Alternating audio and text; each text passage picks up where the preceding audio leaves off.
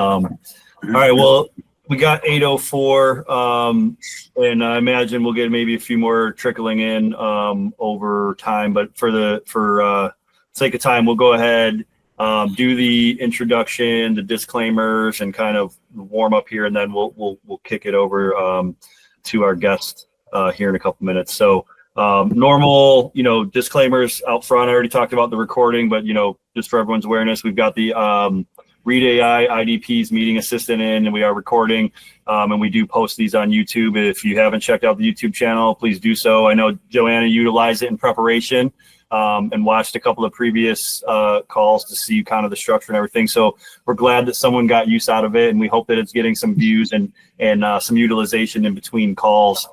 So, just again, remember that we're being recorded, and this will be used as public information.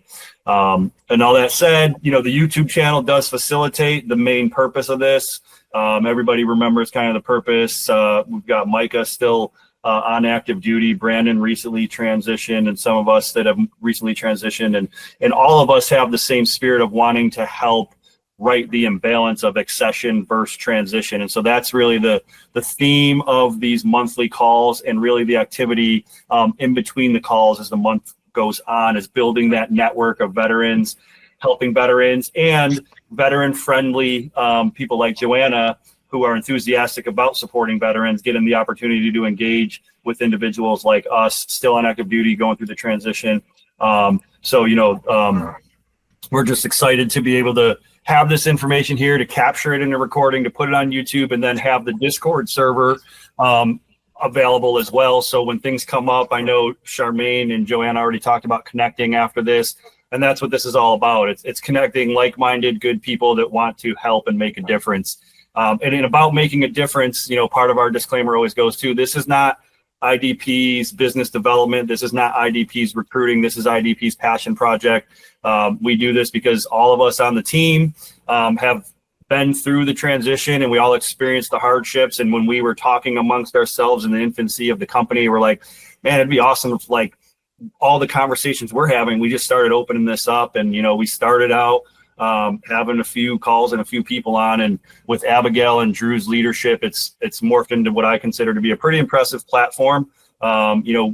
Month to month, it varies on the size of the audience, but we've got a really good distribution list, and we're excited to continue to get information out there that is helpful. And tonight's information is going to be particularly helpful to all of us, whether you're getting ready to start that transition, or you're planning for that transition like Micah, if you're just coming out of the transition like Brandon, or you're on the other side and you're dealing with a stressful job like the job at IDP, and you need some skills to manage your energy and your wellness a little bit better. So I think anybody that sees this either tonight or later on YouTube, I think anybody that sees this is going to benefit from it. So, we're real excited to keep putting out these resources that help us get through not only the transition, but the stress and the things that come with it, right? So I'll talk about that for a minute here.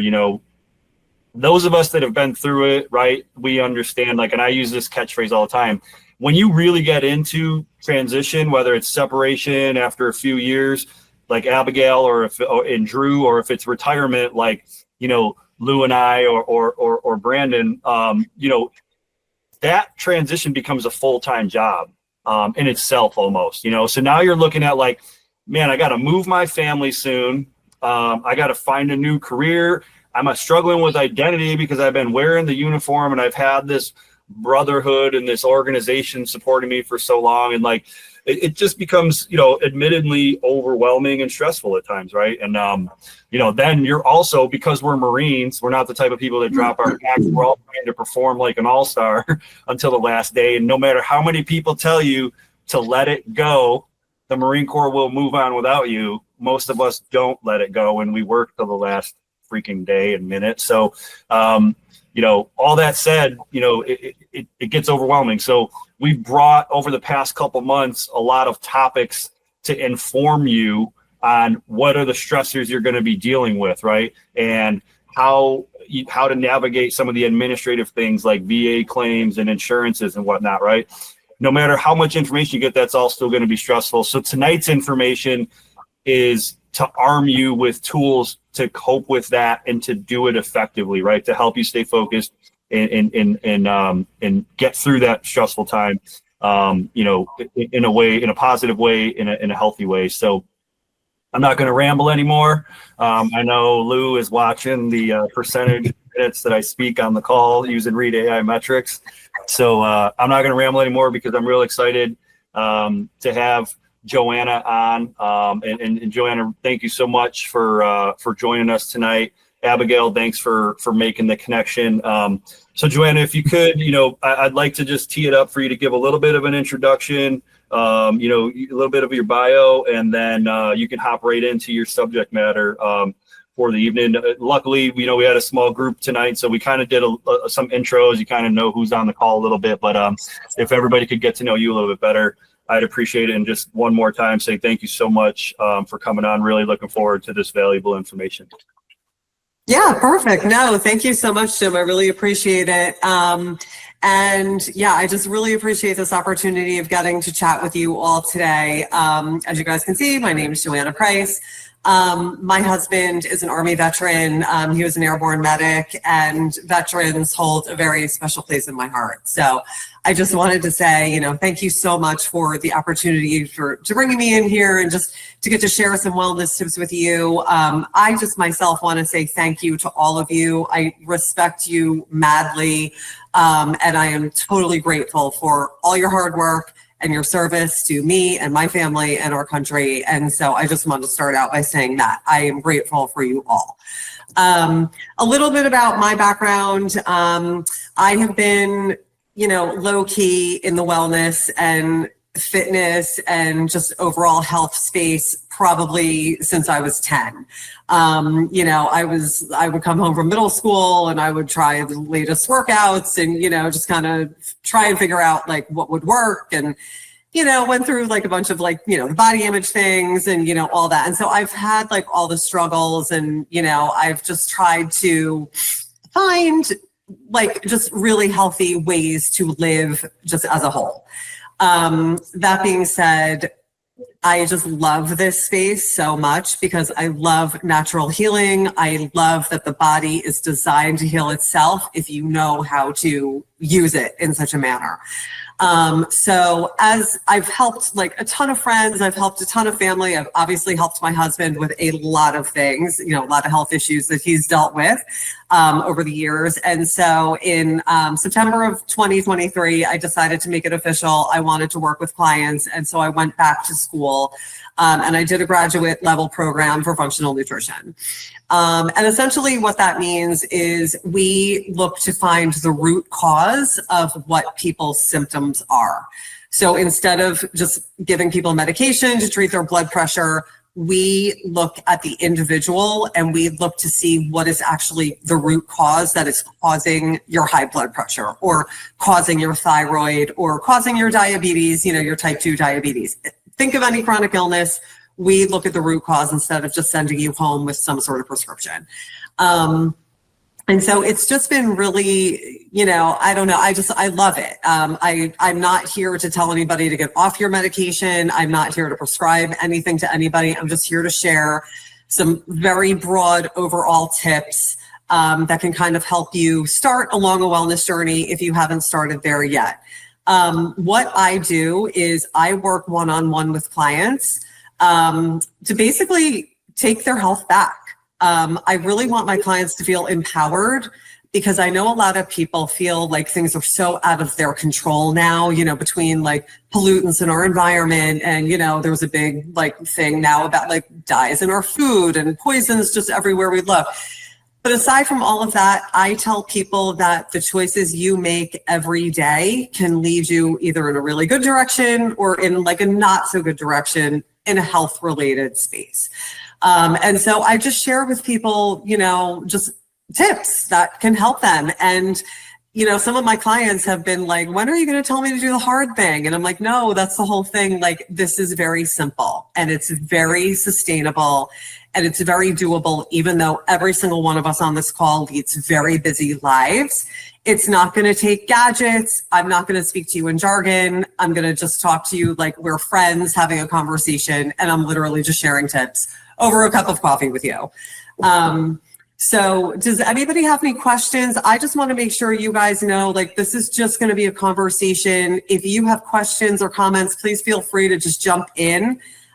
There's not going to really be any structure to it. Like I said, I'm just going to share some things with you tonight. So do you have any questions for me, or was that confusing, or do you need me to explain anything else, or we good?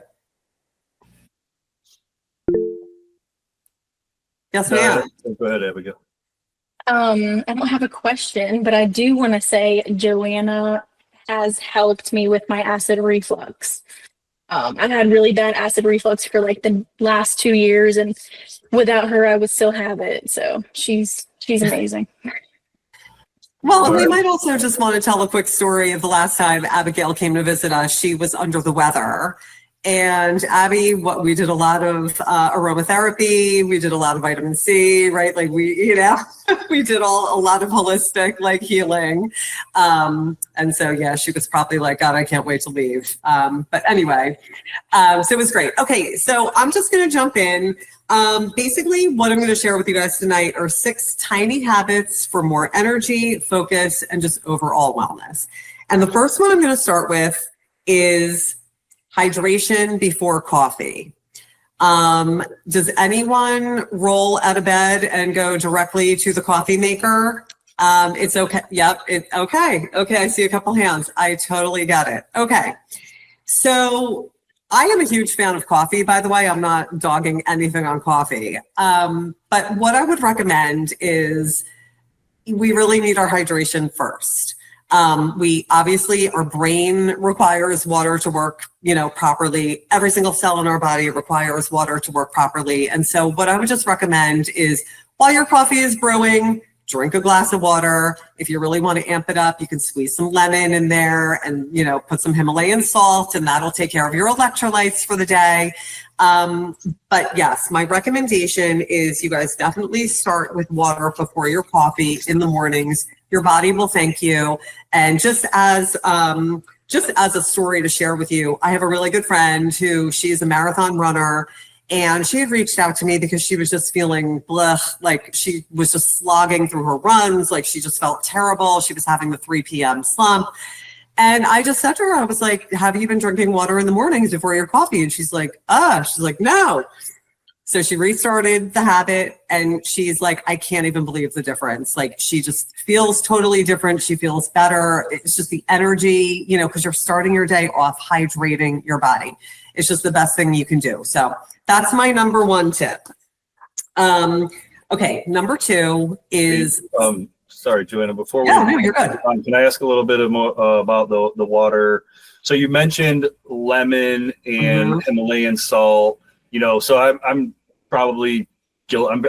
I am very guilty of that. Like I get up and it's like, okay, boom, first thing I drink, I come down here, and I've read a lot of things like don't go straight to your computer, don't go straight to coffee. And I do both. I come straight to my computer with my coffee, right? It's still quiet. Nobody else is up, right? But I love the idea. So what is the benefit of the lemon and the Himalayan salt? In addition to the water? I know you said electrolytes, but then also how much, right? So if I'm going to try that, it's a normal, glass of water. Is it a teaspoon of Himalayan salt and a slice of lemon? That size glass, Drew. And you got Himalayan salt and lemon in there, right? But I hope so. I hope you do. Baja Gold, man. What's that? Baja Gold. Yeah. Can you just explain how much and kind of why the salt and the lemon? Absolutely. So for the lemon, I would say it's really your taste preference. To me, it depends on my mood. Sometimes I'll do a half a lemon squeezed in there. Sometimes we'll do a whole, but I'm using this, which is more than Drew's, I think, right? So this is a big glass of water. It really just depends on your taste. Start with less. Like I would say start with a quarter lemon, squeeze it in there. If you like it, obviously add more. If you don't like it, next time add less. With a Himalayan salt, I am literally talking about like 1, 2. That's it. Like 2 really small, whatever, turns of your grinder. a little goes a long way with the salt.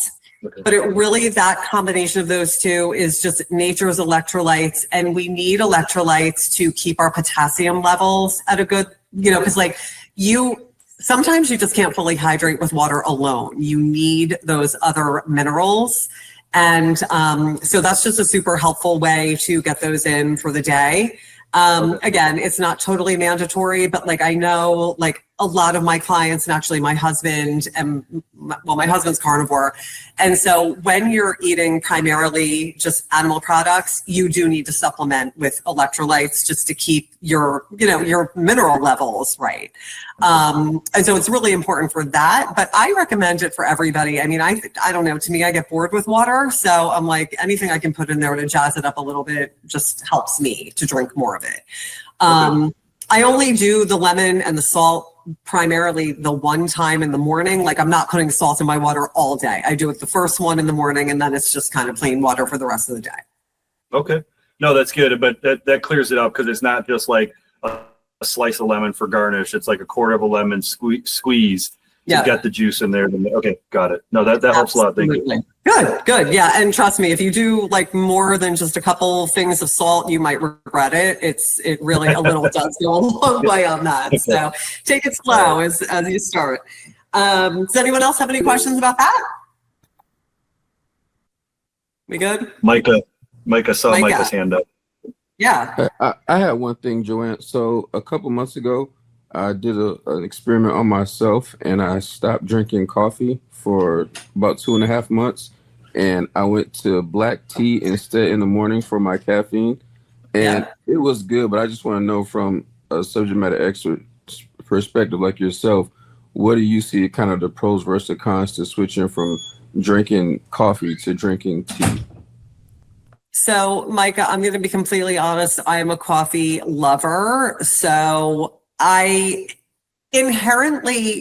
there is honestly nothing wrong with coffee. As a matter of fact, I've seen a lot of research that coffee provides very good antioxidants for your body. The problem with coffee is what people are putting into the coffee. So if you're doing sugar, if you're doing creamers that have all kinds of gross chemicals and gums and fillers in it, that's where you're going to run into the issues with the coffee.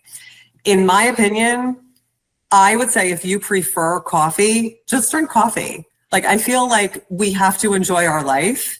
So I feel like, and I've done this too, Micah, like I've gone through phases in my life where I'm like, oh, I'm just going to do green tea in the morning. And then I'm like, no, I'm like, life is worth living. I want my actual coffee. I'm okay with it, and like I said, the coffee in and of itself is not a problem. I mean, I would say don't drink like 12 cups a day, but coffee in and of itself is not the problem. It's what people are putting into it. So as long as you're being mindful about, or I think you said you were drinking black coffee. Is that what you said? Yeah, it's a black coffee. Yeah. Oh, no, not black coffee, but black tea. It had the highest caffeine levels. Right. You know what, Micah? I think if you prefer the coffee, I think just drink the coffee and just enjoy your morning. Thanks, Joanne. Yeah, of course. Anybody else have a question about that? We're good? Okay. All right, so tip number 2, everybody, is get sun first thing in the morning when the sun rises. Getting sun first thing in the morning sets your circadian rhythm for the day. And so what that means is it sends signals to your body of when it should be awake and when it needs to wind down at night to go to sleep.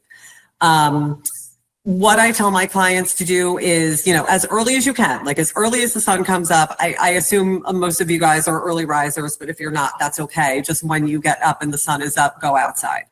My recommendation to people is do not put any sunscreen on, do not wear a hat, do not wear sunglasses. You're only going to be out there for like 5 to 10 minutes, purposely setting yourself in the sun and allowing it to hit your face. I'm not telling you to stare into the sun, like please don't do that. But what I am saying is if you like just face the sun and keep your eyes closed, allow the sun to actually like penetrate your eyelids so your brain can get the signal from your eyes that it's time to wake up for the day, get ready to go. And then it's like it knows waking time and it knows winding down time at night. Like I said, it's just very important to get the exposure to the UV in the mornings, and the sunrise has the most beneficial UV for our brains and for our bodies. What I recommend to my clients is, I don't care, what you're doing out there, whether you're walking your dog or whether you're out there with your coffee after your water, of course. But whether you're sitting, you're stretching, you're walking, you're doing whatever, just make sure you're getting 5 to 10 minutes of sunshine on your face in the morning. Super beneficial for your body. Does anybody have any questions about that? It's really simple. All right, so you're already messing up my morning, Joanne. So don't go straight to the basement. Don't go straight. I gotta go outside with water. Yes. No, I love it. I have recently going to my rec center, and they've got they go to the pool, and then after the pool, there's a little outdoor walk area. And I noticed that early sun and kind of just walking around out there for a couple minutes was really helpful. So no, I definitely could see the value, and definitely excited to give that a try. And it's interesting because you said, I wonder if you could say it again, something about the sunrise sun having a different impact than late day sun. Can you reiterate that? Yeah, it has the most beneficial UV rays. Okay. So it's got the highest amount of red light in the sun during the sunrise. Okay. Great. Yeah. Anybody else have a question? Micah. Can you go into the red light? Because the gym that I go to, they have a red light therapy room that I pay for. I've used it a couple of times, but because I heard it was good for you, but I don't know exactly what the benefits are of red light therapy. So I cannot get into the scientific background of it, but what I do know, Micah, is the benefits of red light therapy go above and beyond, honestly, anything you could think of. It is amazing for mental health. It is amazing for your skin. It's amazing for wound healing. So it has so many benefits. I mean, a lot of benefits with chronic illness, joint pain. I mean, honestly, you think of it, and red light therapy can probably really benefit you. In addition to, I don't know if you've seen, but they have all these masks that I put on your face now. It's amazing for collagen rejuvenation, helping get rid of wrinkles and, that type of stuff. So my daughter bought me a red light mask, and, I've been using that a few times a week. But just, yes, tons of benefits, Micah. And if you get that included with your gym membership, I would definitely be utilizing that for sure. Did that help? There's something about use it more often. Yeah. Hey, if it's included with your membership, I would be in there every day. Yeah, that red light, if it's real red light, so just might get check out, because I've seen a couple of gyms that put up red filters over their lights, and they call it a red light room. So make sure that it's real red light UV, because that stuff does penetrate down 4 inches through your skin. So it's legitimately getting into your joints. So if your knees are sore or whatever, that's what I've used it for. And I didn't know anything about it. My wife is smart and told me to do it. So I did what any good husband did and said, got it. It does work. Have you seen good results, Drew? Yeah, I have. It's been helpful as long as I can remember to do it. Good. I love it. Okay, cool. All right, tip number 3 is high protein at breakfast. Who feels terrible about doing this? Who's already doing it? What are your guys' thoughts on it? Bacon, and more bacon. Yes, and I would say absolutely 100%. I would encourage that. Yep. With caffeine. I just started incorporating a lot more protein into my breakfast, and I noticed that I'm fuller for longer, and I don't get cravings. So that's been very beneficial to me, because when I wasn't doing that, I would be hungry still. I'm well, why am I not feeling full like I should? So that's helped me out a lot.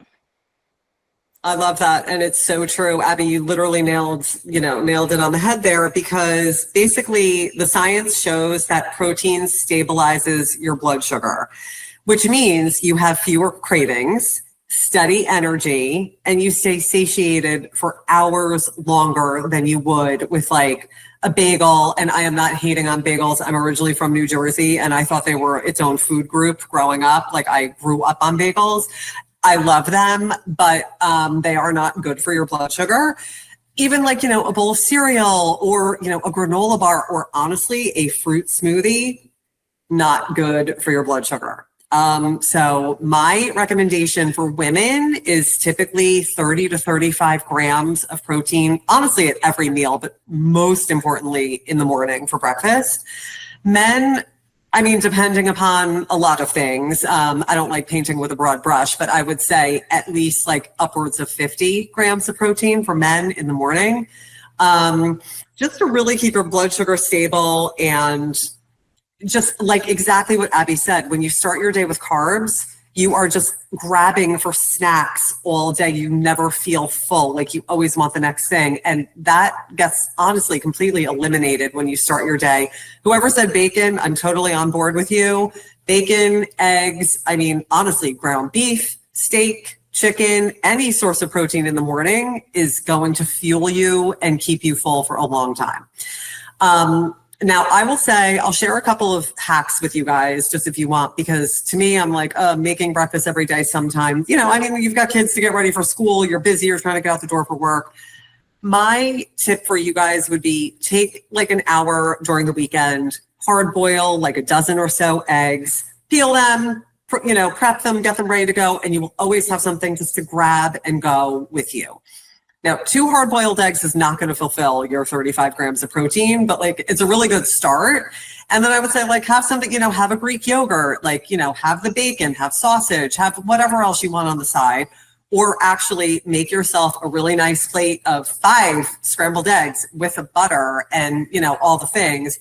Those are the fats, the healthy fats that we need, that are going to keep us full and keep our blood sugar stable.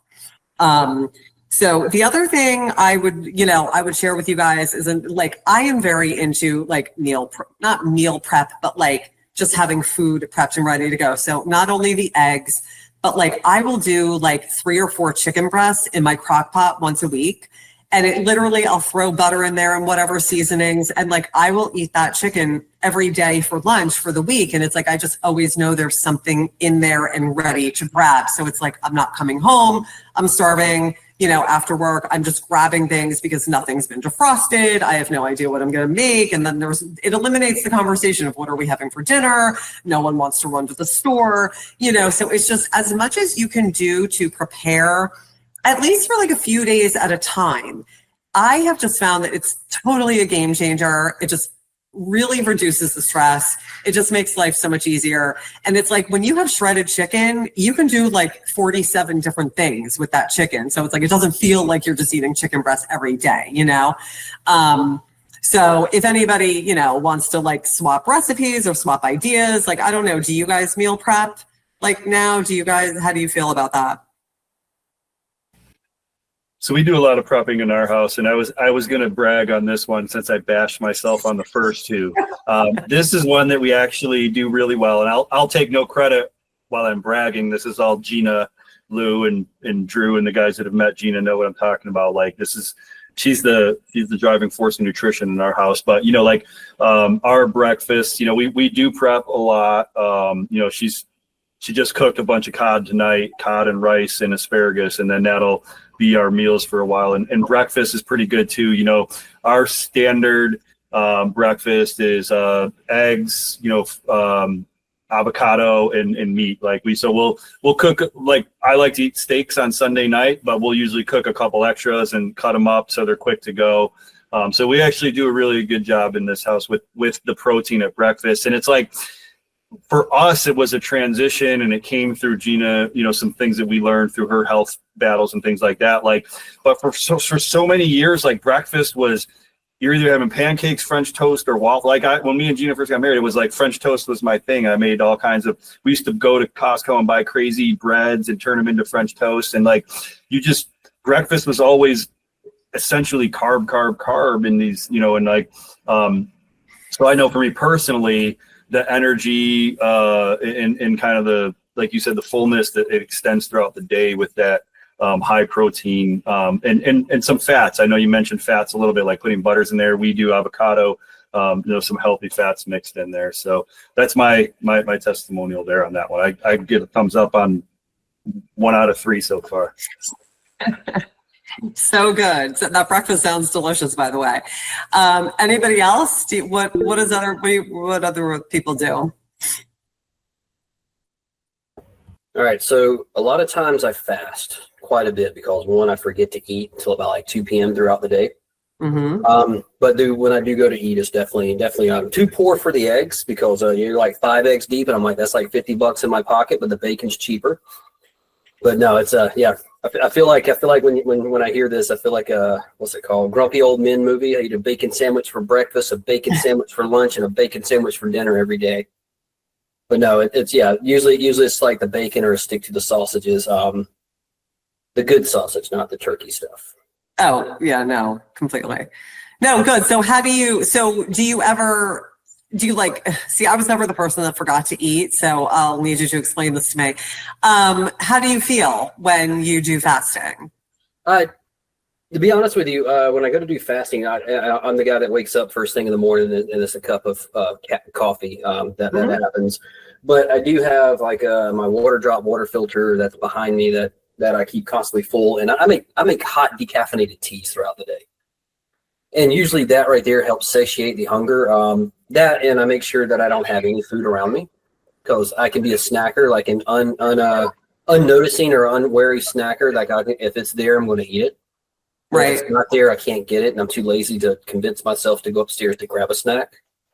It's a give or take in life moment here, but yeah, it's like, yeah. So a lot of times I have to convince myself and then really tell myself it's not worth it. Okay, I got that. So I feel like the jury is kind of out on fasting. And I will also say, I feel like the benefits are different between men and women. I'm a big fan of time restricted eating. And basically what that means is like, if you do like an 8-hour eating window. So like if you say, okay, I'm going to eat between 8 a.m. and 4 p.m. and like, your last meal will be at 4. I unintentionally intermittently fast also, because I do try to like end my eating for the day relatively early. And then I typically don't eat breakfast until like 8 in the morning. But so for women, fasting can be a little more stressful on the system and like the hormones and the cortisol levels and that kind of thing. So I don't typically tell my clients to intentionally fast very often. If it's kind of like you and you're like, yeah, just don't even think about eating.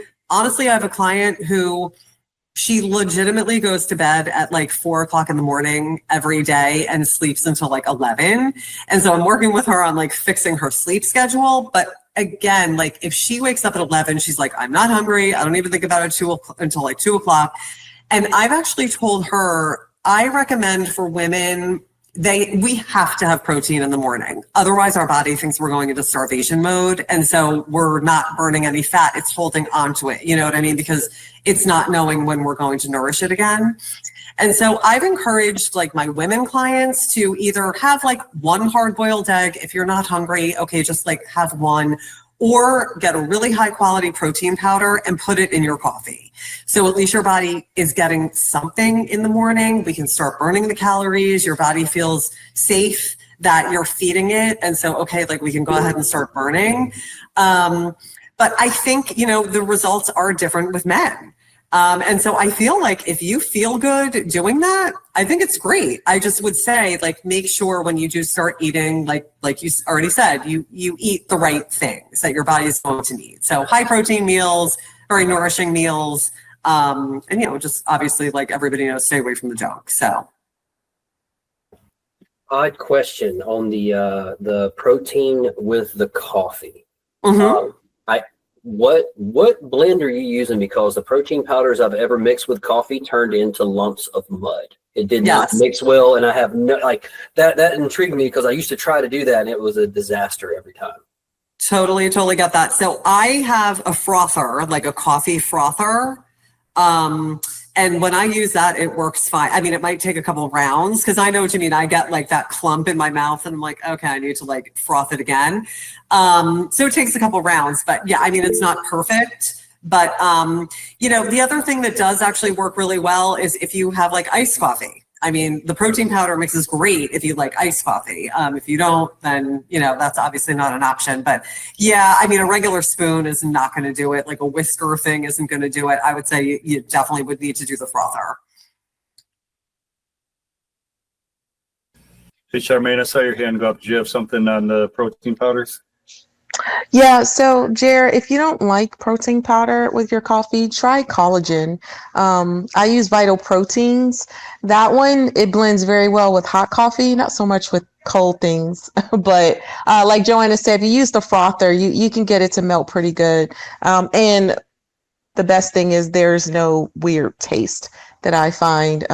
So you can put it in, you know, as long as it's hot, I think with Vital Proteins, you can put it in just about anything. They do have a coffee creamer line. That I think that's hit or miss, but yeah, just, and collagen it does have a little bit of protein in it. So that was it. Yeah, that's a good tip. Thanks, Cece. Anybody I else? also, Oh, Abby, yep, go ahead. I also, like we have a lot of protein powder and I would never put that in my coffee. What I would get is like a protein shake, like the Fairlife ones or like even the MRE ones.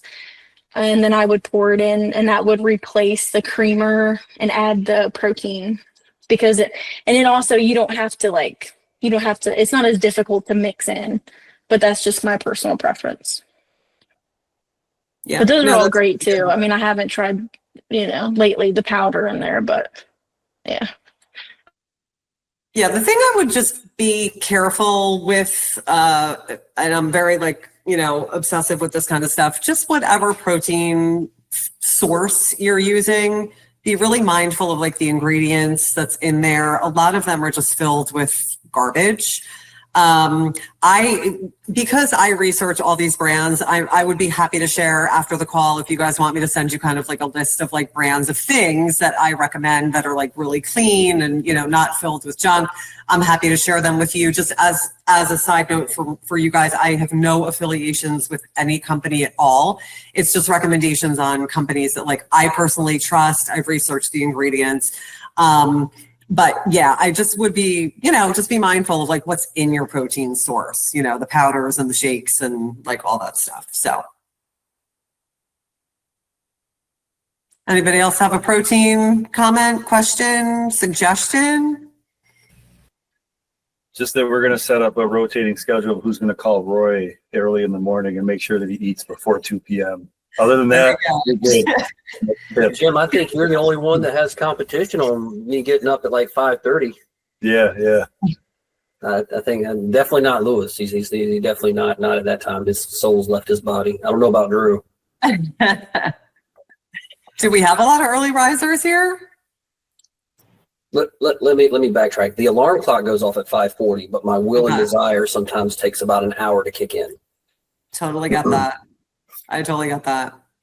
Yeah, I've not been good, but on a normal routine of mine, the alarm goes off at 4:45 and I'm usually up at 5. So I'm a morning person too. I got that.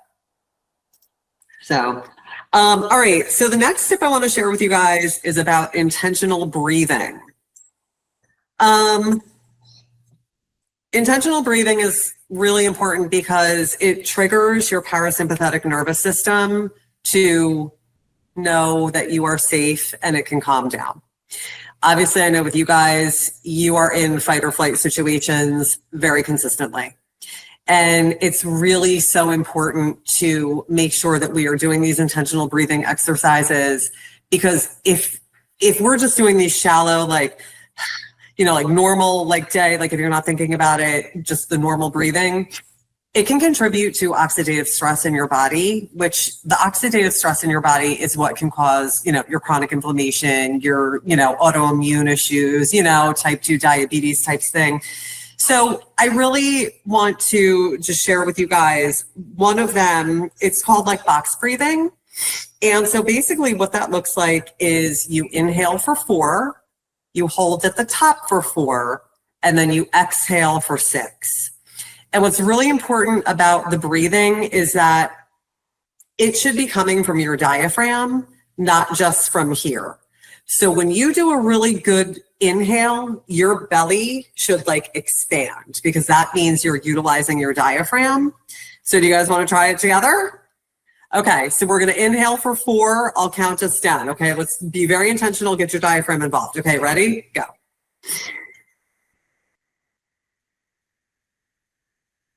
Okay, we're going to hold for 4 at the top. Exhale for 6.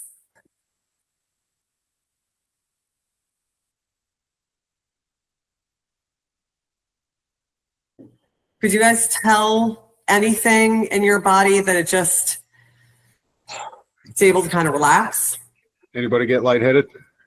Oh, no. Yeah, got lightheaded, but my belly was still out when I inhaled. I don't want anyone passing out on me. That's not the goal. So, I mean, I will just share that, like, I have some clients that I text them throughout the day, and I'll be like, hey, this is your reminder to take some intentional breaths. We get so caught up, I think, in just being busy and doing what we're doing, and we're focusing. Like, I mean, sometimes, I set timers for myself too, because I'm like, okay, just like, you just have to, during the day, make sure you're doing that.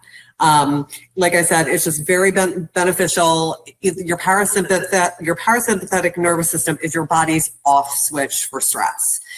And so it's just really important to kind of incorporate that like into your day. Like I said, set timers for yourself if you need to, but even if you could do like 1 intentional breath every 4 hours, you know, do a couple of them every 4 hours. I think you'll really feel a difference. It will just help you just get your whole body to just know it's safe and kind of like turn off the fire, if that makes sense. Do you guys have any questions? You guys want to do another breathing exercise, or are we good? I don't want anyone passing out. Drew, what's your question? What do you think about the Wim Hof breathing techniques? You know, tell me more about it because I've heard of it, but I'm not super familiar with it. So share with me the method. So he has there's a really good YouTube that he put out, and it's just a guided breathing exercise. I think it feels like 4 hours when you're doing it. Yeah. But it's just a timed inhale, hold, exhale.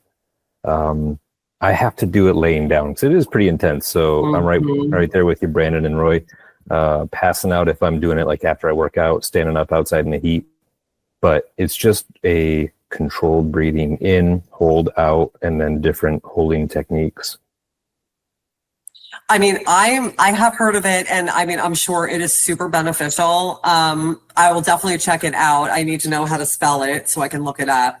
But like, you know, I have a hard time a lot of times inhaling through my nose, which of course, that's how we are built to inhale. We're not built to inhale through our mouth, right? Like we are built to inhale in our nose, but I have like an issue with my nose. And so it's very hard for me to do like long inhales like that. And there's like a yoga practice that I do where he does like breath work in there, and he like, you can only exhale for like, I don't even know, 15 counts or something. And you get what he calls breath hungry. And I can't even do it the whole time because I'm like, okay, like I have to like inhale at this point, you know? But it is just so beneficial for your whole entire nervous system, for your body, for everything. And so it's a practice, right? Like we just have to keep working towards getting better all the time. I mean, you know, if you're new at doing this, you might not be able to do the whole thing, and that's fine, but just do some and work up to it.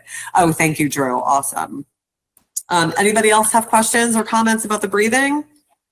So you did, my questions were going to be how often, when, and does it matter through the nose or mouth? You kind of touched on all those. You said a few times a day, you know, just like for those of us that are, you know, either still on duty or those of us that are out, you know, like, is it, you know, would you recommend like, okay, you just came off of an hour-long, you know, Zoom call, or Roy just got out of an SCRD call with his client and he's ready to go. Like, is it like, okay, boom, like you're transitioning from one thing to another, do a quick breathing exercise because it helps you reset and go in there. Like, is there any value in strategically timing when you do it throughout the day? I mean, I would say 100%. When you're transitioning activities, yeah, absolutely. You know, train yourself to do it. Like when I get off this call, before I start checking my emails, I'm going to do a breathing exercise. And I would say even if you do 2 or 3 of them, like that's okay. Just get into the habit of integrating it into your day. You know, whenever it feels right for you. I mean, sometimes I do them before I even get out of bed in the morning. You know, it's just, I take a drink of my water that's on the nightstand, I do a breathing thing, and then I get up. And then, you know, like I said, I have really no memory. So I do have to set timers for myself for everything that I do during the day. And so it's just, that's one of the timers I set.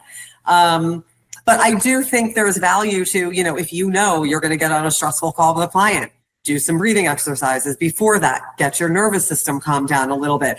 After your clients yelled at you on that call, before you start your next thing, do your breathing exercises before moving on to the next thing. Just make it into kind of like a pattern for yourself, right? Like just whenever it feels good for you. But I would definitely say before like a heavy client call or before, I don't know, something that you're going to do that's stressful in the day, try and incorporate it before then. And see how, you know, see how it makes you feel. If you feel any different going into that call that you know could potentially be stressful on you.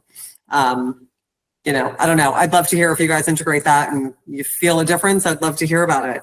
But yeah, Jim, to answer your question, and I think we already covered it, but the inhaling through the nose is the correct way to do it. We really should not be inhaling through the mouth. I do it sometimes because my nose doesn't fully function, but the proper way to do it is through the nose. So that's that. Okay, so the next tip I'm going to share with you guys is what's called exercise snacks.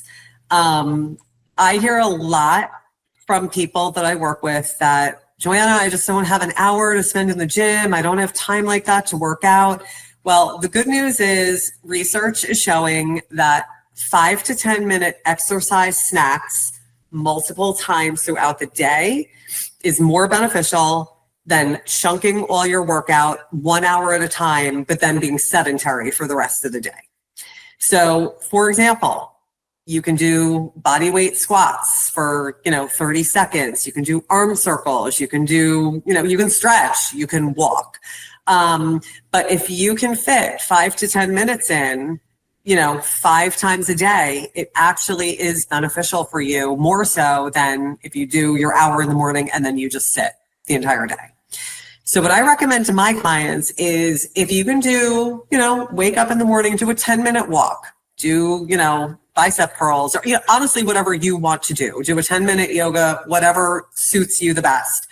And then kind of make it like, after breakfast, I'm going to walk for 5 to 10 minutes. After lunch, I'm going to walk for, because if you walk after meals, it absolutely benefits your blood sugar stabilization.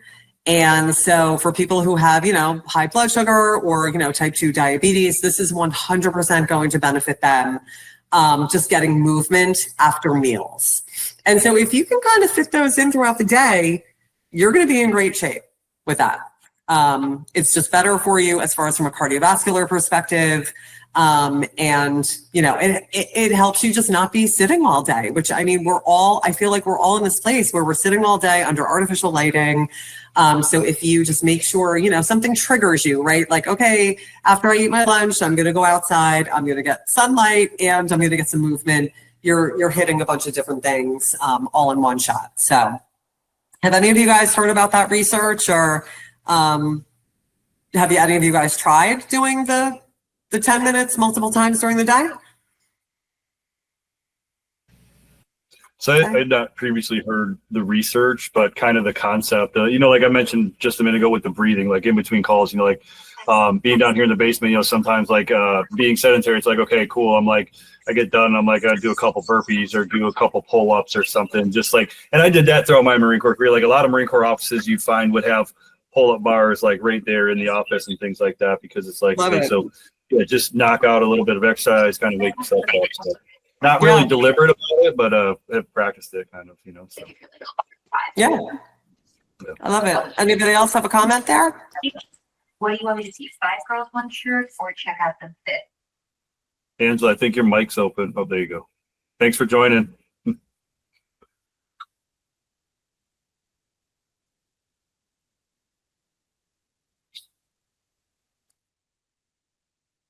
Okay, are we good to go on?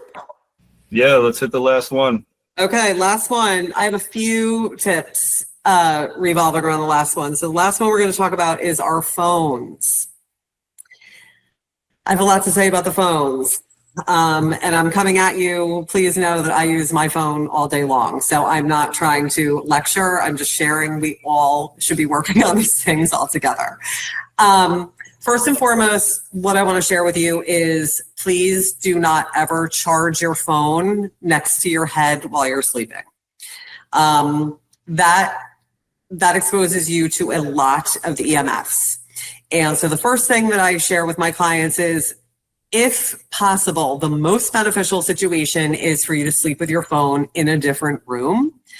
Now, I will be fully transparent and tell you I don't do that. And basically the reason for that is because I have 2 adult kids that live out of state. And, you know, I just feel like I don't know if they need to call me at like 1 o'clock in the morning. I want to be able to answer the phone.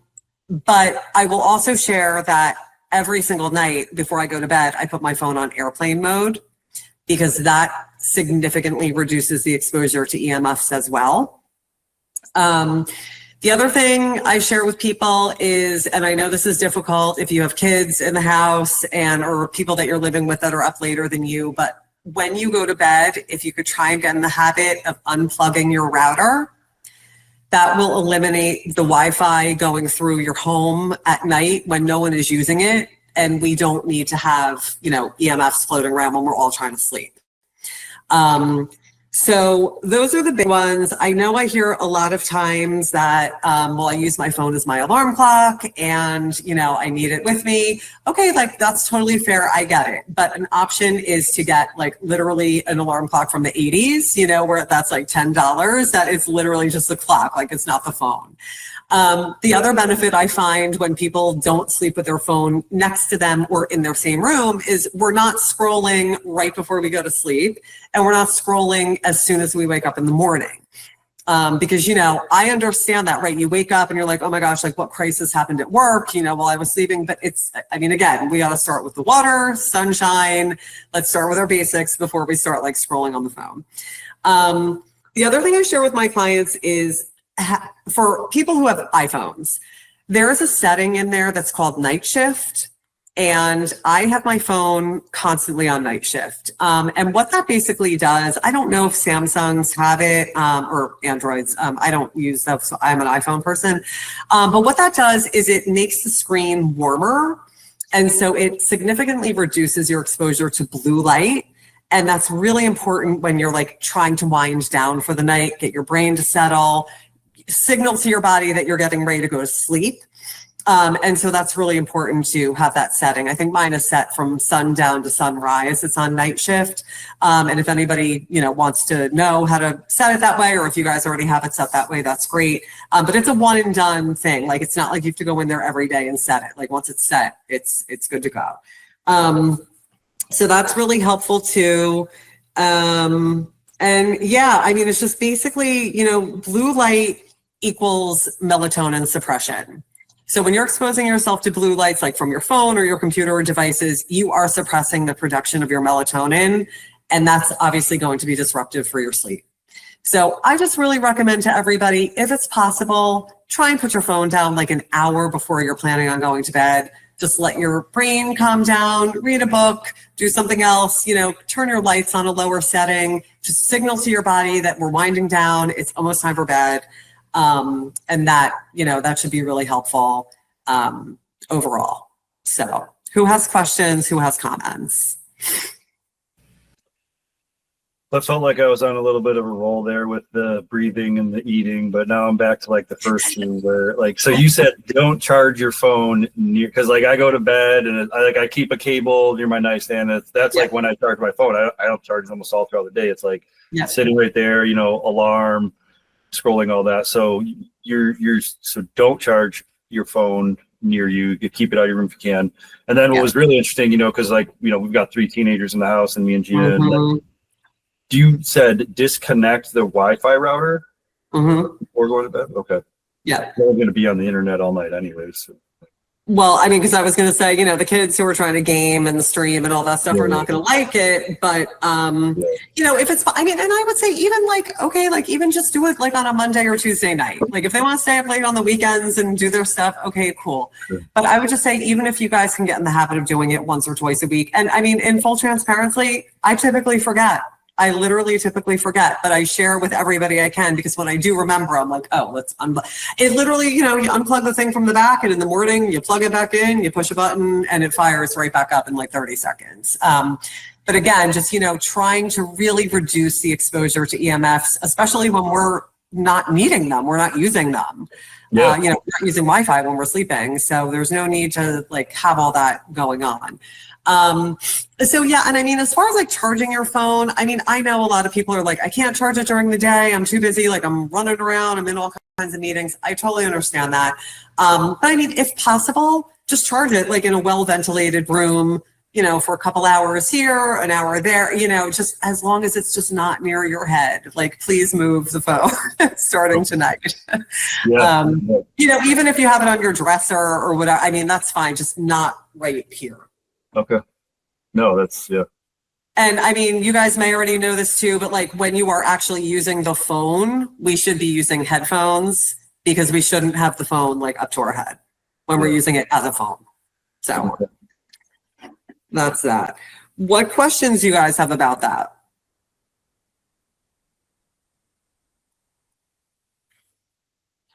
Anything?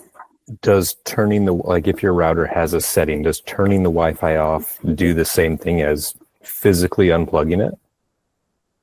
That's a really good question. And I feel like I heard that it doesn't, but don't quote me on that. Let me research it for you, Drew, and I'll get back with you on it.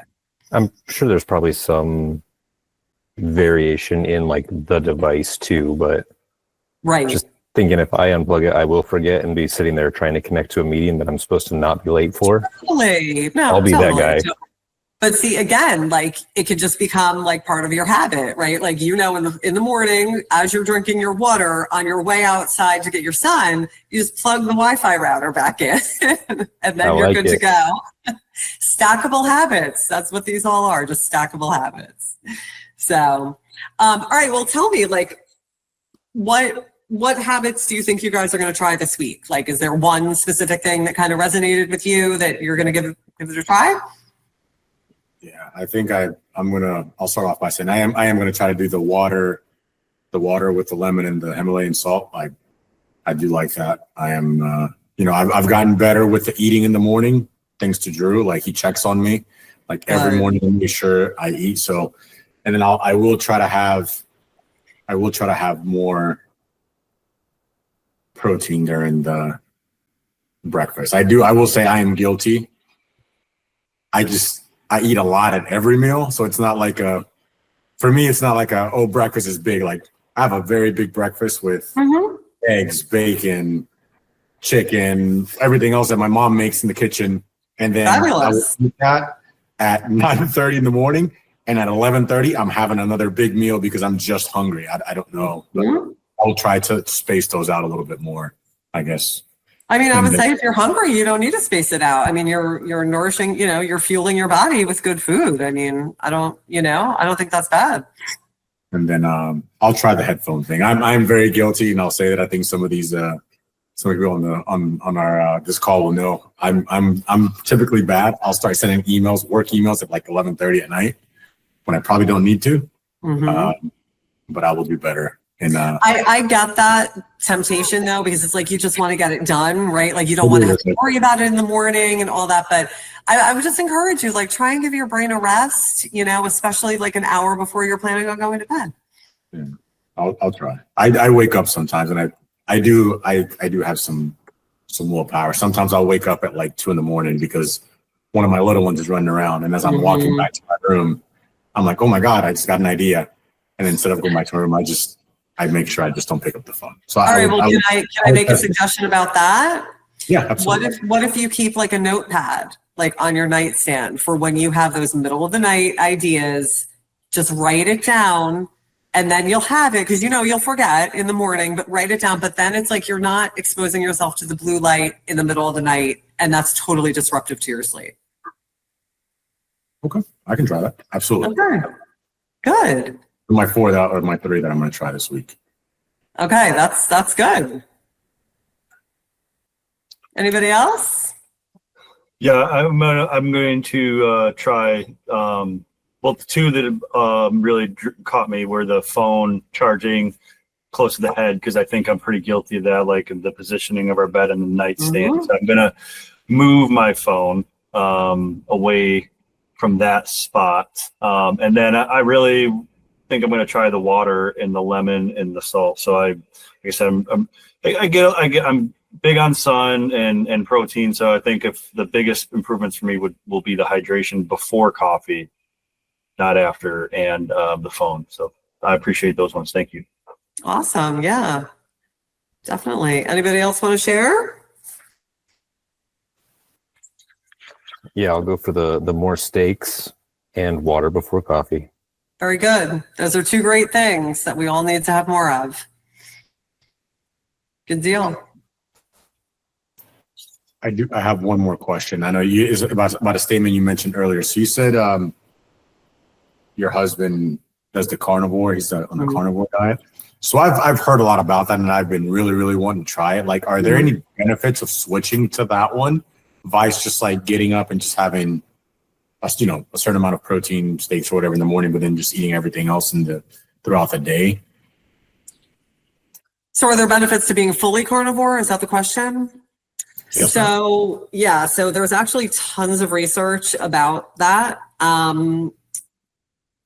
Eating only animal-based products is very healing to many conditions. And those conditions can include mental health issues. They can include chronic disease, type 2 diabetes, arthritis, bowel diseases, Crohn's, all kinds of things. I would be happy to share some resources with you if there's like some medical doctors that, you want to follow. There actually is a documentary that just released last weekend, if you guys want to check it out. It's called Animal, and it's on, Amazon, I think it's on Prime. If you're interested in carnivore, I would totally recommend, it's an hour and a half. It's like not a huge time commitment, but very informational, very educational, a lot of information around the food system, like as a whole, and like the food pyramid and why they started suggesting so many servings of grains, and like now why everybody is chronically obese because we're eating 7 to 11 servings of grains a day. And it's just it talks a lot about like how our ancestors ate, right? Like it's like an ancestral style of eating. And it's like our ancestors were not getting turbo cancers and, all the kinds of like modern like diseases that people have now. And like one of the jokes is they never saw a hieroglyphic of a salad, right? So it's like, our ancestors were eating, I mean, they had to, right? Like they hunted. And they couldn't get bananas, right? Like you get like, so in other words, their whole point is like eating fruit all year long, all types of fruits is like not a natural like way of eating, if that makes sense. So like, our ancestors could only get certain types of berries during certain seasons. And that was like nature's way of like, this is what you eat during this time. Carnivore, obviously, as you know, is no fruit, no vegetables.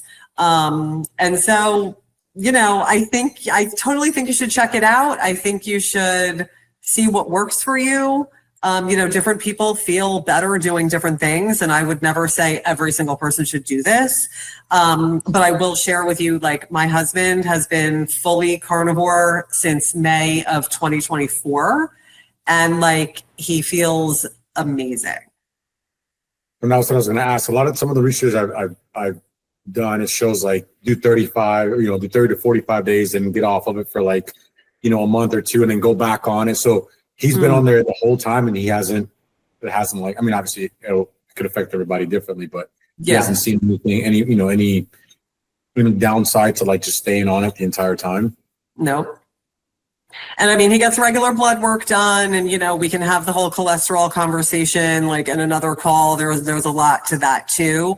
But I think people are so afraid of having high cholesterol numbers, but really it's kind of a fallacy, right? Like healthy people who have high cholesterol numbers don't get Alzheimer's, they don't get Parkinson's. Like there's just a lot to, like our doctors are doing very antiquated tests, like to test for cholesterol on us. And there's just a lot better ways to test like your risk of, like they haven't found any correlation between cholesterol and heart disease, right? Like as much as they have tried, they really cannot find a correlation between them. So having a high cholesterol number in the 80s, the normal cholesterol for a person was over 300.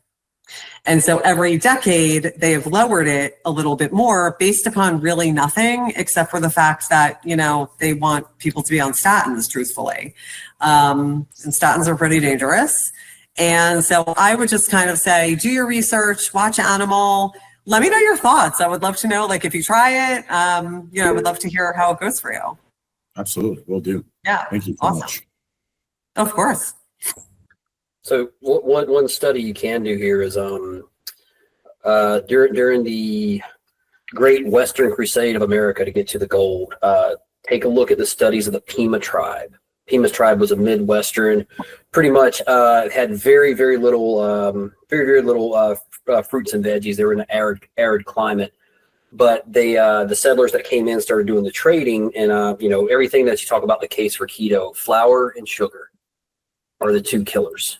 Yeah. So like the case for keto, why we get fat and what to do about it. The Pima tribe studies, you can actually take a look at that and see how the Pima tribe at one point was a healthy functioning society, but with the introduction of flour and sugar and being, and then sucks too, poverty as well, they blew up like blimps and they had all types of health issues. But what sucks is, I can't make broccoli and, a steak taste like cookies and cream ice cream. So there's that problem right there. That is true. That is true. But if you find a clean protein shake, that would, like, I will share, like my husband was a major sugar addict. I mean, Abby can vouch for this. He would eat 2 pints of ice cream roughly every night. And I'm like, this is $15 a day. I'm like, what are we doing? And so it was, doing the sugar detox is really hard. Like that is the hardest part. And if you can get through that, you'll literally never have cravings again because you have detoxed your entire system of that stuff. But I will say, like, what he does to kind of take the place is like he'll have like it's a meat-based protein shake brand, which is what we use. It's called 𝗵𝗵 Prime Protein. So if you guys want to check it out, that's what we use. And so that just kind of like settles the cravings for him. If he feels like, he needs something sweet after dinner or whatever, that's what he has. So what else? Anything? This has been so fun. Yeah, no, thank you so much, Joanna. Really appreciate the information and the time. We're at 9/11 right now, and I think I told you before this, we usually go long, especially with great conversation and topics like this. Charmaine had to drop, but she did put in the chat, great information, and thank you to you. So I just want to reiterate that. Thank you from her and from everybody. This is great. I already picked up a couple of good habits. I probably will look at the carnivore stuff myself, and see what that's all about. So, but again, we welcome you to the community, to the network. We'd love for you to be available, for check-ins, and we'd love to have you back at some point. We go through kind of a schedule and talk about different topics. And I think it was great to round out the way that I kind of said at the beginning. We've talked about some of these things are going to be the added stressors, and now we're equipping everybody with some tools to deal with all that stress and to be, operating at optimal levels with just a good start to the day and some habits throughout the day. So again, this was awesome. We're Abigail, thanks for teeing it up and making the introduction. Does anybody else have any, save rounds, alibis, or last questions for Joanna?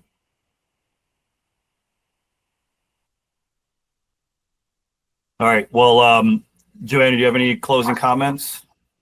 I was just going to say thank you all for inviting me, and thank you all for showing up for yourself tonight. I just love when people are interested in this topic because I love it. I'm passionate about it. So I love just sharing information and just chatting with people, about what are you doing? What are you doing? Just learning different things from different people. But, I just want to say, like, this is your chapter, right? Like, you're transitioning and, like, it's going to be a strong one for you, you know? And so if anybody wants to chat about anything, if you guys come up with questions after we hang out, or, you know, you're just sort of like, hey, I found this research study, or hey, I hated the animal documentary, or whatever. If you guys want to connect at all, please feel free to reach out. I'm available to all of you anytime and would love to stay connected, and would love to remain like in your community. I think you guys are amazing. Well, thank you so much. And Abigail, you know, I know you send out regulars information to the distribution list, so you can get some information out and connect Joanna with everybody. Really appreciate you offering to do that and coming on tonight. And also we will advertise, you know, once we get this edited and through the process, Joanna will be putting this on our YouTube channel. We'll be putting on our LinkedIn page, you know, letting everybody know that's on the YouTube channel. We'll have the Discord server so people can communicate and ask questions. So we had a small, intimate group tonight. Really appreciate those that joined and participated, shared stories and examples of where you might be doing good and where you might not be doing so good with Joanna's 6 habits here. So as always, you know, the line will stay open here for a few more minutes for any additional conversation. And thanks for everybody for staying on for a few extra minutes.